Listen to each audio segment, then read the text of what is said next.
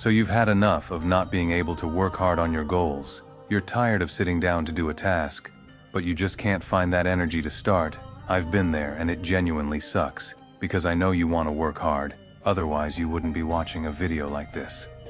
So to outsmart our brains, we first have to look at how our minds work, because our behaviors have patterns. And if we pay attention, we'll discover that hard work is always met with two types of resistance. First, it's negative emotions. The analogy I use here is to think of our brain like a spoiled child. When things don't go their way, they complain and throw a tantrum. Our mind works the exact same way. When things feel stressful or boring, our inner child awakens and procrastinates. Like, imagine how difficult it's going to be to get started with work for the day. Start a side hustle or study for exams. And the second resistance is our ego, or the self-image we have about ourselves. Our mind does its best to protect our ego from being hurt, because the ego is what we attach our self-worth to. For example, if I grew up believing I was gifted or better than most people, that will make me feel special. But if suddenly I had to do something outside of my comfort zone, like go run a marathon, I would subconsciously avoid it, because if I failed, that would prove that I wasn't gifted, and it would destroy my ego. So in either case of resistance, trying to fight against our brain's natural response to doing hard things won't work. But if we identify the source of the resistance, we can change our approach to trick our brain into working with us. So let's start with the negative emotions. The amount of negative emotion we feel towards something directly depends on the size of it.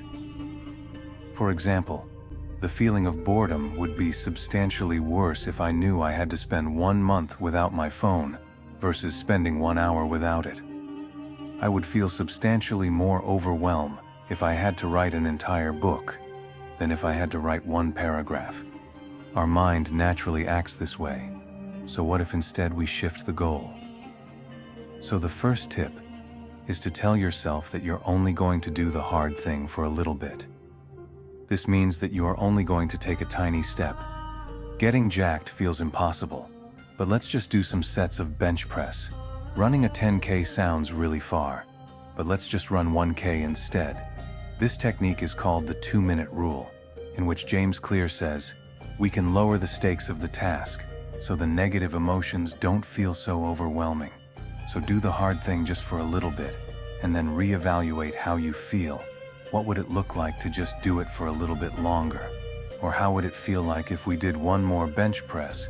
When we break apart a hard challenge into very small steps, it won't feel so scary, and we'll be more likely to follow through. The next thing you could try is to batch difficult work with enjoyable work, or with rewards. Batching is incredibly underrated and effective. I use this all the time. For example, I would make plans to go out with friends, but only if I finished my work before then.